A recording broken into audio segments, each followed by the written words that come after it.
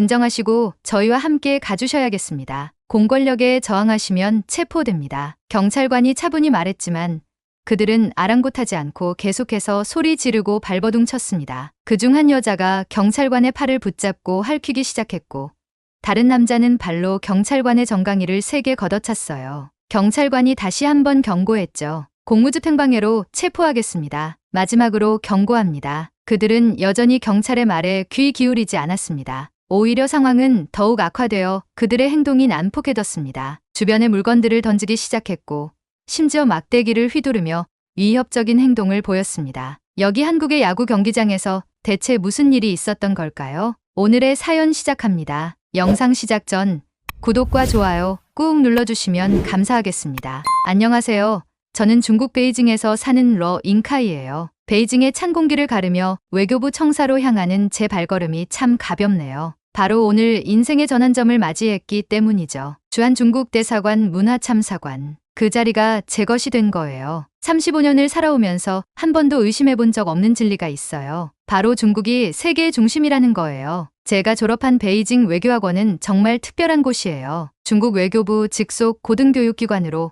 외교관 양성이 주 목적이죠. 캠퍼스는 작지만 그 안에서 이루어지는 교육의 깊이는 어마어마해요. 자크 시라크 전 프랑스 대통령이 중국 최고의 외교관 교육기관이라고 칭찬했을 정도니까요. 저희 학교에서는 매년 모의 유엔을 개최해요. 제가 3학년 때 의장을 맡았는데 그때 경험이 지금도 큰 자산이 되고 있어요. 물론 영어 실력도 꽤 늘었죠. 우리 학교 학생들의 평균 영어 실력이 중국 최고 수준이라는 것도 자랑할 만해요. 우리 학교 총장님은 종종 CCTV에 나와 세계 정세에 대해 해설하세요. 그럴 때마다 나도 언젠가 저 자리에 앉아있겠지라고 생각했어요. 지금 제가 한국으로 가게 된 것도 그 꿈을 향한 첫걸음이라고 생각해요. 원자바오 전 총리가 우리 학교를 중국 외교관의 요람이라고 칭했는데 정말 그 말씀이 맞아요. 제 동기들 대부분이 지금 세계 곳곳에서 중국을 대표하고 있으니까요. 우리가 배운 지식과 안목으로 중국의 위대함을 세계에 알리고 있는 거죠. 베이징 외교학원에서 국제관계학을 전공하던 시절이 떠오르네요. 수석 졸업이 당연하다고 여겼던 제 자신이 좀 우습긴 해요. 하지만 그때의 자신감이 지금의 저를 만들었다고 생각해요. 졸업식 날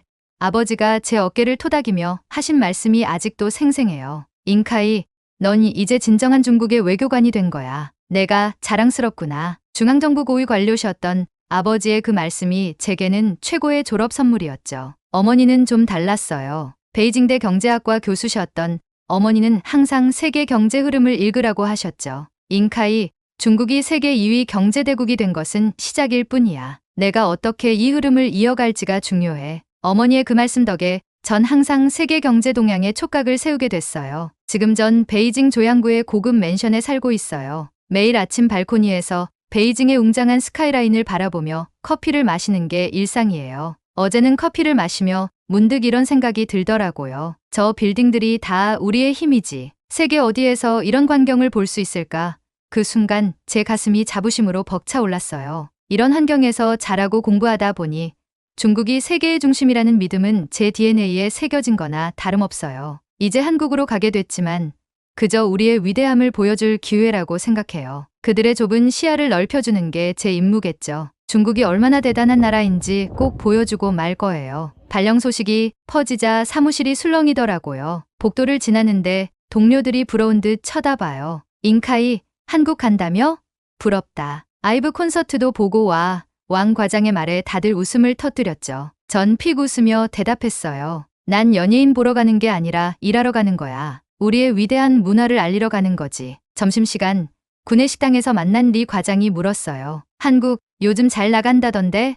전 코웃음을 쳤죠. 과대평가예요. 우리 중국 없인 아무것도 아니에요. 그러자 리 과장이 고개를 끄덕이며 말했어요. 맞아. 지난주 한국 출장 갔다 왔는데 명동에 중국인 관광객이 얼마나 많던지 그들 덕에 먹고 사는 것 같더라. 서울행 비행기에 탑승했어요. 옆자리 승객이 한국 드라마를 보고 있더라고요. 호기심에 잠깐 봤는데 별로더라고요. 그저 유치한 로맨스물에 불과해 보였어요. 전 고개를 돌려 창밖을 바라봤어요. 곧 내가 그들에게 진정한 문화의 깊이를 보여주겠어. 인천공항에 발을 딛는 순간 묘한 기분이 들었어요. 이곳에서 무언가가 시작될 것 같은 예감이랄까요? 하지만 곧 고개를 저었어요. 이 작은 나라가 뭘 보여줄 수 있겠어요? 입국장을 빠져나오는데 한 무리의 외국인들이 한국 아이돌 포스터 앞에서 열광하고 있더라고요. 참 단순하네 라는 생각이 들었어요. 택시를 타고 서울로 향하는 길이에요. 운전기사가 물었죠. 중국에서 오셨어요?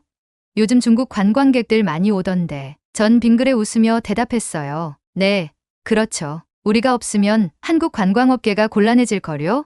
그러자 기사님이 쑥스러운 듯 웃더라고요. 아, 네, 그렇죠. 창밖으로 스쳐 지나가는 서울 풍경이 보이네요. 남산타워, 한강, 고층 빌딩들. 화려해 보이지만 그저 그래요. 베이징이나 상하이에 비하면 아무것도 아니에요. 특히 우리 베이징의 CCTV 본사 건물이나 상하이 타워에 비하면 초라하기 그지없죠. 대사관으로 향하는 길.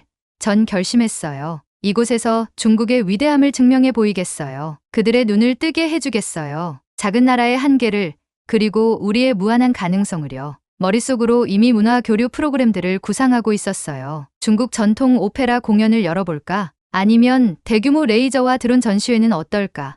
이런 생각을 하니 가슴이 벅차오르네요. 대사관에 부임한 지 일주일 후 저는 특별한 임무를 받았어요. 한중 문화기술 교류 행사를 준비하라는 거였죠. 처음에는 의아했어요. 문화와 기술이 무슨 상관이지? 하고 말이에요. 하지만 곧 현대 문화산업에서 기술의 역할이 얼마나 중요한지 이해하게 됐죠. 영화 특수효과, 게임 그래픽, 홀로그램 공연 등 첨단 기술이 문화 콘텐츠 제작에 깊이 관여하고 있더라고요. 이 행사를 준비하면서 한국의 기술 산업을 직접 체험해볼 기회가 생겼어요. 솔직히 처음엔 별 기대를 하지 않았죠. 중국보다 뭐가 더 대단하겠어 하는 생각이었거든요. 하지만 서울거리에 나서자마자 제 생각이 틀렸다는 걸 깨달았어요. 곳곳에 설치된 디지털 안내판, 버스 정류장의 실시간 도착 정보 시스템, 항공권이나 지하철역의 첨단 무인 발권기 등 처음엔 그저 겉모습일 거라 여겼는데 직접 사용해보니 놀랍도록 편리하더라고요. 특히 5G 네트워크의 성능에 놀랐어요.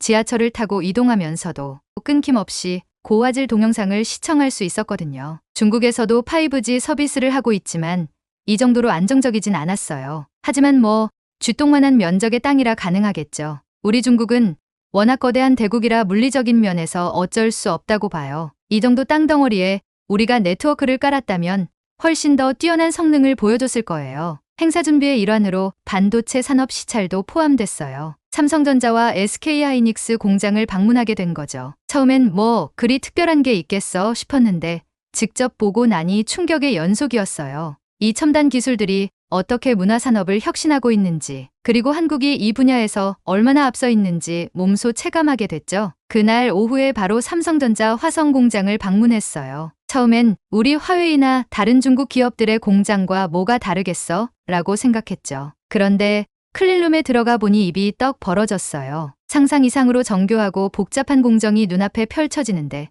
거의 모든 것이 자동화되어 있었어요. 가이드가 설명하길 이곳에서 생산되는 반도체 칩의 회로 선폭이 5나노미터 수준이라고 하더라고요. 중국의 최첨단 기술도 아직 14나노미터 수준에 머물러 있다는 걸 알고 있었기에 이 말을 듣는 순간 등줄기에 식은땀이 흘렀어요. 호텔로 돌아오는 길에 머릿속이 복잡해졌어요. 중국의 기술력이 한국보다 훨씬 더 뛰어나다고 믿었던 제 확신이 살짝 흔들리기 시작했습니다. 다음 날 저는 SK하이닉스의 이천 공장을 방문했어요. 삼성에 이어 세계 2위 메모리 반도체 기업이라고 하더라고요. 공장에 도착하자마자 느껴지는 분위기가 남달랐어요. 입구부터 첨단 보안 시스템이 눈에 띄었고 모든 직원들이 방진복을 입고 있었죠. 안내를 맡은 엔지니어가 설명하길 이곳에서 생산되는 디램과 낸드 플래시, 메모리가 전 세계 스마트폰과 컴퓨터의 핵심 부품이라고 해요. 특히 놀란 건 생산 공정의 정밀도였어요. 먼지 한 톨 없는 클린룸에서 나노 단위의 회로를 그리는 극자외선 UV 노광 장비를 보며 입이 떡 벌어졌죠. 이 장비로 7나노미터 공정을 구현하고 있어요. 곧 5나노, 3나노 공정도 상용화할 예정이고요. 엔지니어의 설명에 저도 모르게 감탄사가 나왔어요. 전날 삼성 공장에서 들었던 이야기가 떠올랐죠. 중국의 최첨단 기술이 아직 14나노미터 수준에 머물러 있다는 사실이 다시 한번 가슴을 무겁게 했어요. 그럼 우리나라와 비교했을 때 한국의 기술 수준은 얼마나 앞서 있는 건가요? 제 질문에 엔지니어는 잠시 망설이더니 조심스럽게 대답했어요. 정확한 수치를 말씀드리기는 어렵지만 최소 3, 4년 이상 앞서 있다고 봐요. 특히 EUV 장비 운용 기술은 더 큰 격차가 있죠. 이 말을 듣는 순간 다시 한번 등줄기에 식은땀이 흘렀어요. 3, 4년이라는 시간이 이 업계에서 얼마나 큰 의미인지 잘 알고 있었거든요. 점심시간 공장군의 식당에서 한 연구원과 대화를 나눴어요. 그는 한국 반도체 산업의 세계 시장 점유율에 대해 이야기해 주었죠. 우리나라가 메모리 반도체 시장의 70% 이상을 차지하고 있어요. 특히 디램은 거의 독점 수준이죠. 이 말을 듣고 저는 깊은 생각에 잠겼어요. 중국 정부가 수천억 달러를 투자해 반도체 산업을 육성하려 하지만 아직 이 정도 수준에는 한참 못 미친다는 걸 인정할 수밖에 없었죠. 오후에는 반도체 장비 기업인 원익 IPS를 방문했어요. 이곳에서 생산되는 증착 장비가 세계 시장의 상당 부분을 차지한다고 하더라고요. 심지어 중국 기업들도 이 회사의 장비를 사용한다는 말에 놀랐어요. 우리 장비 없이는 고성능 반도체를 만들기 어려워요. 전 세계 주요 반도체 기업들이 우리 제품을 사용하고 있죠. 회사 임원의 말에 고개를 끄덕이면서도 한편으로는 묘한 기분이 들었어요. 중국 기업들이 이렇게 한국 기술에 의존하고 있다는 사실이 불편하게 느껴졌거든요. 하루 일정을 마치고 호텔로 돌아오는 길에 휴대폰을 꺼내봤어요. 화면에 파워드 바이 삼성이라는 문구가 눈에 들어왔죠. 그제서야 깨달았어요. 제가 쓰는 이 최신형 중국 스마트폰의 핵심 부품이 바로 한국산이었다는 걸요. 밤늦게 보고서를 작성하면서 오늘 본 것들을 정리해봤어요. 한국의 반도체 기술력, 세계 시장 점유율, 그리고 미래 기술 개발 현황까지 모든 것이 제가 알고 있던 것보다 훨씬 앞서 있었죠.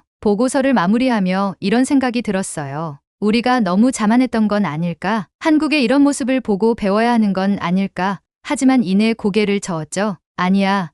분명 우리도 이런 기술을 가지고 있을 거야. 내일은 꼭 그걸 찾아내고 말겠어. 그렇게 다짐하며 잠자리에 들었지만 머릿속에서는 계속 오늘 본 첨단 기술들이 맴돌았어요. 이번 한국 부임이 제 생각을 완전히 바꿔놓게 될지도 모른다는 불안감이 조금씩 커져갔습니다. 한국의 기술력에 놀란 지 얼마 지나지 않아 저는 또 다른 충격을 받게 됐어요. 바로 한국의 문화력과 시민의식이었죠. 어느 날 퇴근길, 지하철역 근처에서 엄청난 인파를 목격했어요. 무슨 일인가 싶어 가까이 가보니 K-팝 가수의 새 앨범 발매를 기념하는 행사장이더라고요. 전 세계에서 온 팬들이 모여 있었는데 그들의 열정적인 모습에 깜짝 놀랐어요. 중국, 일본, 미국, 유럽 등 다양한 국적의 팬들이 한국어로 노래를 따라 부르고 있었죠. 이게 바로 K-팝의 힘인가 보다 라고 생각하며 그 광경을 지켜봤어요. 문화의 힘이 이렇게 강할 수 있다니 새삼 놀라웠죠. 중국의 전통 문화도 대단하지만 이렇게 젊은 세대를 열광시키는 힘은 부족하다는 생각이 들었어요. 다음 날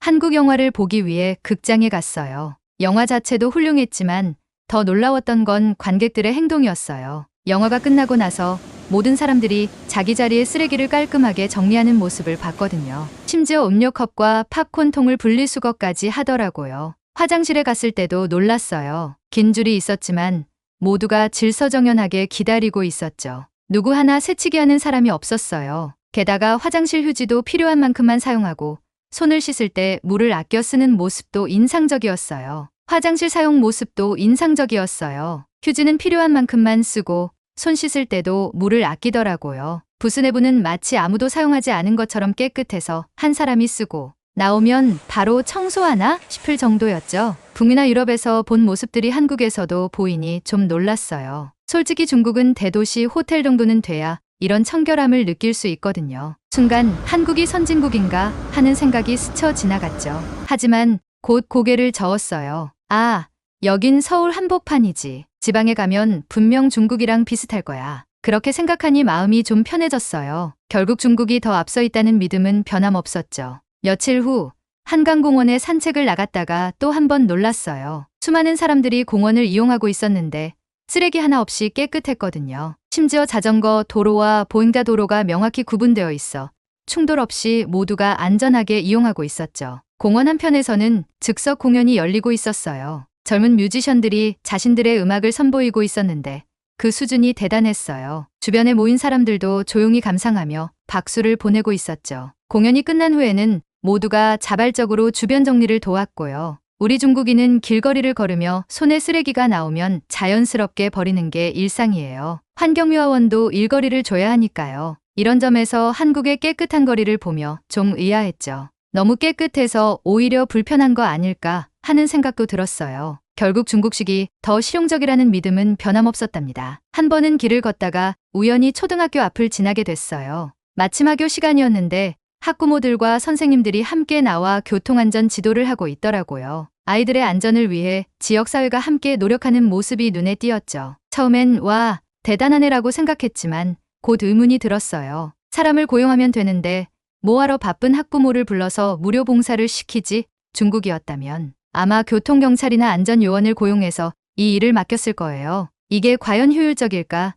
오히려 학부모들의 시간만 뺏는 거 아닐까? 한국의 이런 문화가 좀 이해가 안 됐어요. 우리 중국의 방식이 더 합리적이라는 생각이 들었답니다. 하지만 한국에서 보게 된 여러 모습들, 깨끗한 거리와 화장실, 질서, 정연한 공공장소, 그리고 시민들의 자발적인 참여, 이런 것들을 보면서 점점 불편한 감정이 커져갔어요. 머리로는 이게 선진국의 모습이라는 걸 알고 있었지만 마음 한구석에서는 인정하기 싫었죠. 설마 한국이 중국보다 앞서 있다고 이런 생각을 하면 할수록 더 부정하고 싶어졌어요. 우리나라를 깎아내리는 것 같아 마음이 불편했거든요. 한국의 발전상을 인정하는 게 이렇게 어려운 일인 줄 몰랐죠. 하지만 다음 일을 겪고 나서는 한국이 선진국이라는 것을 인정할 수밖에 없었습니다. 한 주말 동료의 제안으로 프로야구 경기를 보러 야구장에 가게 됐어요. 솔직히 별 기대는 안 했죠. 야구?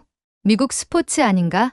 한국에서 뭘 볼 게 있겠어? 라고 생각했거든요. 하지만 야구장에 도착하자마자 예상 밖의 광경에 놀랐어요. 경기 시작 2시간 전인데도 이미 많은 팬들이 모여 있었고 열정적으로 응원 준비를 하고 있더라고요. 이렇게 열성적일 줄이야. 더 놀라운 건 먹거리 문화였어요. 동료가 치맥이라는 걸 권하더라고요. 치킨과 맥주를 함께 즐기는 문화라나 뭐라나. 처음엔 좀 어이없었죠. 경기장에서 이런 걸 먹는다고? 그래도 호기심에 한 입 먹어봤는데 맛있더라고요. 물론 중국 음식만큼은 아니지만요. 하지만 한 손으로 먹기 쉽게 만든 일회용기의 아이디어는 참신하더군요. 음료수 컵 위에 뚜껑 부분이 오목한 그릇으로 되어 있고 중간엔 빨대가 있어 양손으로 음료수와 치킨을 들고 가지 않아도 되게 해놨더라고요. 특히 제가 앉은 자리 근처에 있는 BBQ 존이 정말 인상적이었죠. 야구를 보면서 직접 고기를 구워 먹을 수 있다니 상상도 못했거든요. 동료의 제안으로 우리도 BBQ 존에서 고기를 구워 먹기로 했어요. 불판에서 지글지글 고기 구워지는 소리, 코를 자극하는 고소한 냄새, 마치 야외 바비큐 파티에 온 것 같았어요. 옆자리 가족들과도 자연스럽게 대화가 시작됐어요. 그들은 제가 외국인이라는 걸 알고는 한국식 고기 먹는 방법을 친절하게 알려주더라고요. 상추에 고기를 싸서 먹는 건 처음 해봤는데 정말 맛있었어요. 그 가족의 어린아이가 저에게 직접 쌈을 싸서 건네주는데 그 순간 당황했지만 왠지 모를 따뜻함을 느꼈죠. 잔디석에 앉아있는 사람들도 눈에 띄었어요. 돗자리를 펴고 피크닉 온 것처럼 편하게 앉아서 경기를 즐기고 있더라고요. 어떤 이들은 치킨과 맥주를, 또 어떤 이들은 김밥이나 도시락을 먹고 있었어요. 이렇게 다양한 방식으로 야구를 즐길 수 있다는 게 신기했죠. 문득 중국의 스포츠 경기장 문화가 떠올랐어요. 대부분 좌석에 앉아서 경기만 관람하는 게 전부였죠. 먹거리라고 해봐야 간단한 스낵이나 음료수 정도. 이렇게 다양하고 풍성한 먹거리 문화는 없었어요. 게다가 중국에서는 음주 중 소란이 일어나는 것을 막고자 경기장 내에 음주가 금지되어 있는 경우가 많아서 이렇게 자유롭게 맥주를 마시며 경기를 즐기는 모습이 특히 인상적이었죠. 경기 중간에 우연히 맥주를 옆 사람에게 쏟을 뻔한 해프닝이 있었어요. 깜짝 놀라서 어쩔 줄 몰라 하고 있는데 오히려 그 옆 사람이 저를 안심시키더라고요. 괜찮아요. 실수는 누구나 할 수 있죠. 다행히 안 쏟았네요. 그러면서 웃음 지었어요. 중국이었다면 아마 큰 싸움이 났을지도 모를 일인데 이렇게 너그럽게 넘어가는 모습에 또 한 번 놀랐죠. 경기가 시작되자 또 다른 충격이 왔어요. 관중들이 일제히 응원가를 부르기 시작했는데 마치 거대한 콘서트장에 온 것 같았어요. 매 타자마다 다른 응원가가 있고 모든 관중이 그 노래를 완벽하게 외우고 있더라고요. 이게 다 무슨 소용이람 하고 생각했지만 그 단합력과 열기만큼은 인정할 수밖에 없었죠. 그리고 경기 중간에 치어리더들의 공연이 있었는데 그때 삐끼삐끼 춤이라는 걸 처음 봤어요. 치어리더들이 거울을 보며 화장을 고치는 듯한 동작으로 시작해서 귀여운 춤을 추더라고요. 처음엔 이게 뭐지 싶었는데 관중들의 반응이 엄청났어요. 다들 따라하면서 즐거워하더라고요. 동료가 설명해 주길 이 삐끼삐끼 춤이 요즘 전 세계적으로 인기라고 하더라고요. 유튜브, 인스타그램, 틱톡의 숏폼 영상 콘텐츠로 유행하면서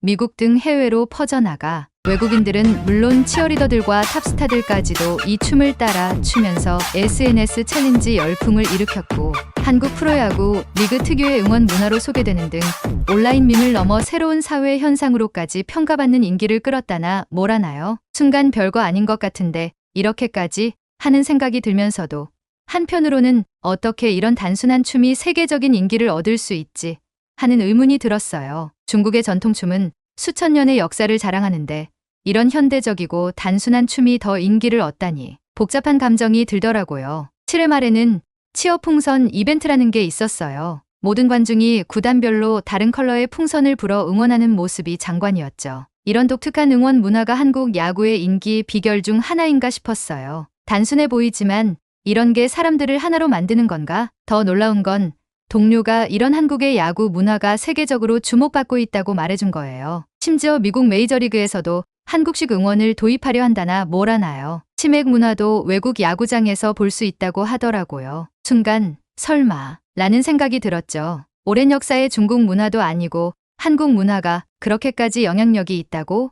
솔직히 좀 질투가 났어요. 이 경험은 분명 충격적이었어요. 스포츠를 통해 이렇게 독특하고 열정적인 문화를 만들어내고 그것을 세계로 전파하는 한국의 모습에 새삼 놀랐습니다. 이런 것이 문화적 영향력이구나 하는 생각이 들었어요. 물론 중국의 영향력에는 아직 못 미치겠지만 무시할 순 없을 것 같았습니다. 경기가 끝난 후에도 놀라움은 계속됐어요. 관중들이 자발적으로 자신의 자리를 깨끗이 치우고 가더라고요. 수만 명이 모인 대형 행사였는데도 경기장이 금세 깨끗해지는 모습을 보고 다시 한번 놀랐습니다. 중국에서는 상상도 못할 광경이었죠. 한편으로는 모두가 다 이렇진 않을 거야.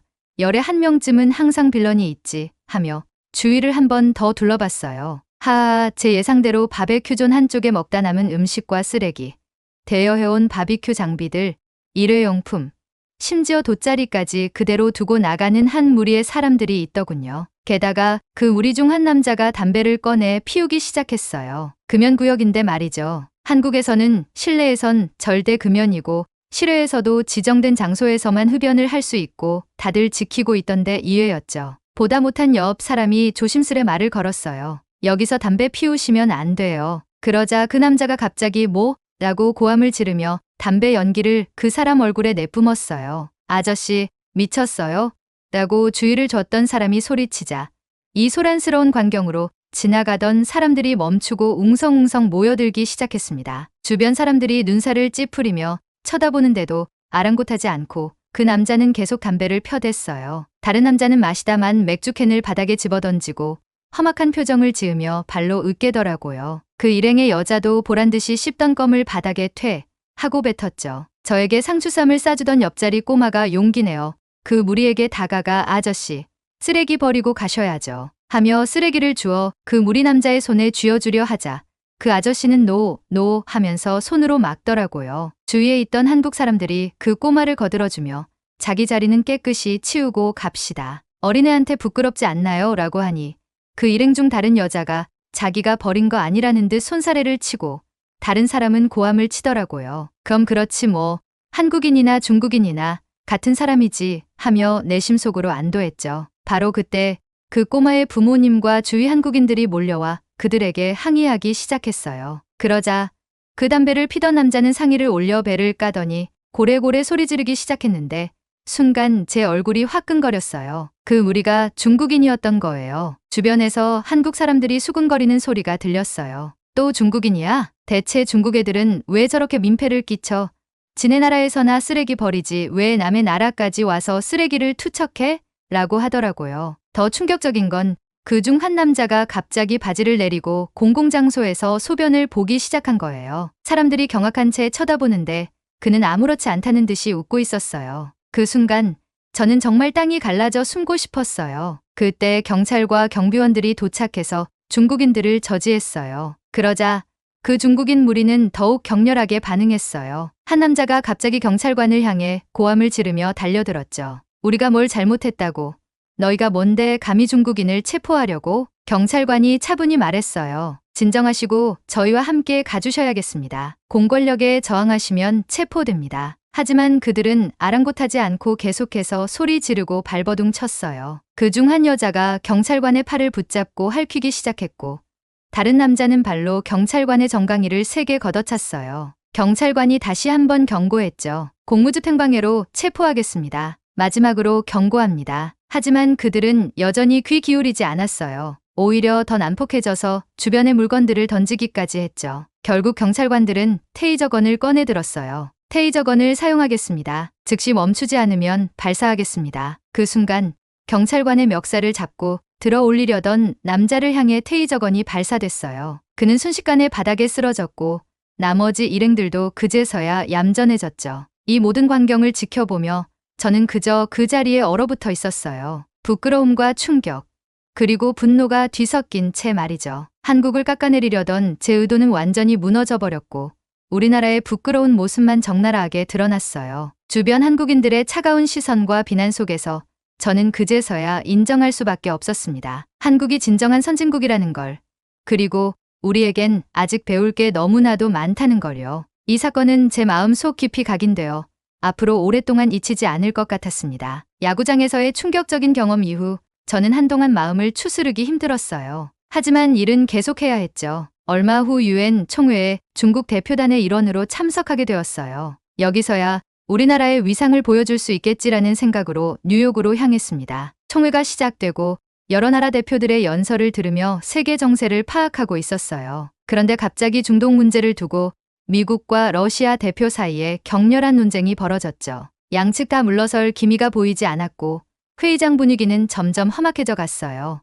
그때였어요. 한국 대표가 발언권을 얻어 나섰습니다. 처음엔 저 작은 나라가 뭘 할 수 있겠어? 라고 생각했죠. 하지만 한국 대표의 중재안은 놀라울 정도로 균형 잡혀 있었어요. 양측의 입장을 정확히 이해하고 서로의 이해관계를 조율하는 능력이 탁월했죠. 더 놀라운 건 그 다음이었어요. 미국과 러시아 대표가 모두 한국의 제안을 긍정적으로 받아들이는 거예요. 심지어 다른 나라 대표들도 한국의 중재안을 지지하며 박수를 보내더라고요. 순간 이게 정말 한국의 힘인가 라는 의문이 들었습니다. 회의가 끝나고 각국 대표들이 모여 이야기를 나누는데 한국 대표 주변에 사람들이 몰려 있었어요. 호기심에 가까이 가보니 다들 한국의 중재 능력을 칭찬하고 있었죠. 한국은 항상 균형 잡힌 시각으로 문제를 바라보는 것 같아요.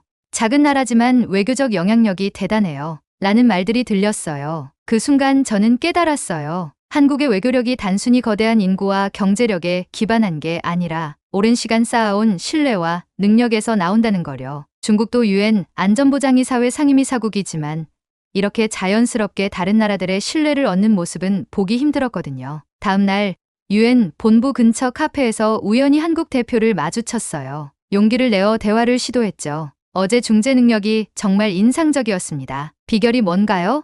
한국 대표는 미소를 지으며 대답했어요. 특별한 비결은 없어요. 다만 모든 나라의 입장을 이해하려 노력하고 공정한 해결책을 찾으려 할 뿐이죠. 우리나라가 과거에 겪었던 어려움들이 오히려 도움이 되는 것 같아요. 그 말을 듣고 보니 한국의 역사가 새롭게 보이더라고요. 강대국들 사이에서 균형을 잡아야 했던 경험, 전쟁과 분단을 겪으면서도 경제 성장을 이뤄낸 저력, 이런 것들이 오늘날 한국의 외교력으로 이어진 거겠죠. 총회 기간 동안 계속해서 한국 대표단의 활약을 지켜봤어요. 기후변화 문제에서도 개발도상국 지원 문제에서도 한국은 항상 중요한 역할을 했어요. 특히 인상 깊었던 건 한국이 제안한 그린 뉴딜 정책이 많은 나라들의 호응을 얻는 모습이었죠. 회의 막바지에 이르러 유엔 사무총장이 한국의 기여를 특별히 언급했어요. 한국은 세계 평화와 발전에 큰 역할을 하고 있습니다. 그들의 경험과 지혜는 우리 모두에게 귀중한 자산입니다. 그 말을 들으며 저는 제가 얼마나 한국을 잘못 봤는지 깨달았어요.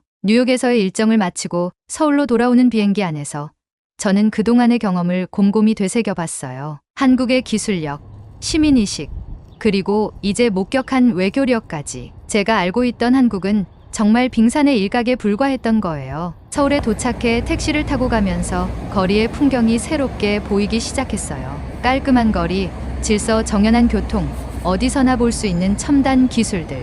이 모든 게 단순한 겉모습이 아니라 한국의 진정한 힘이라는 걸 이제야 알겠더라고요. 대사관으로 돌아와 보고서를 쓰면서 저는 결심했어요. 더 이상 한국을 얕보지 않고 오히려 배울 점을 찾아야겠다고요. 우리나라도 언젠가 이렇게 세계의 신뢰를 받는 나라가 될 수 있을까?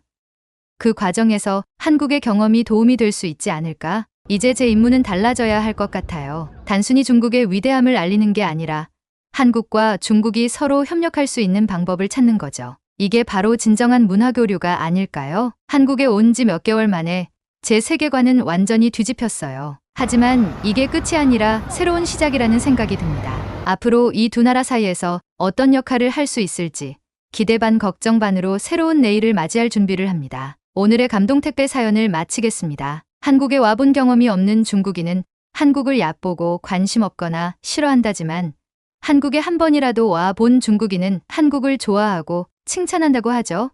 러잉카이 씨도 한국에 대해 제대로 알게 됐으니 다행입니다. 앞으로 외교관으로서 객관적인 시각으로 성장하시길 바라겠습니다. 마지막으로 구독과 좋아요 부탁드려요. 끝까지 시청해 주셔서 감사합니다.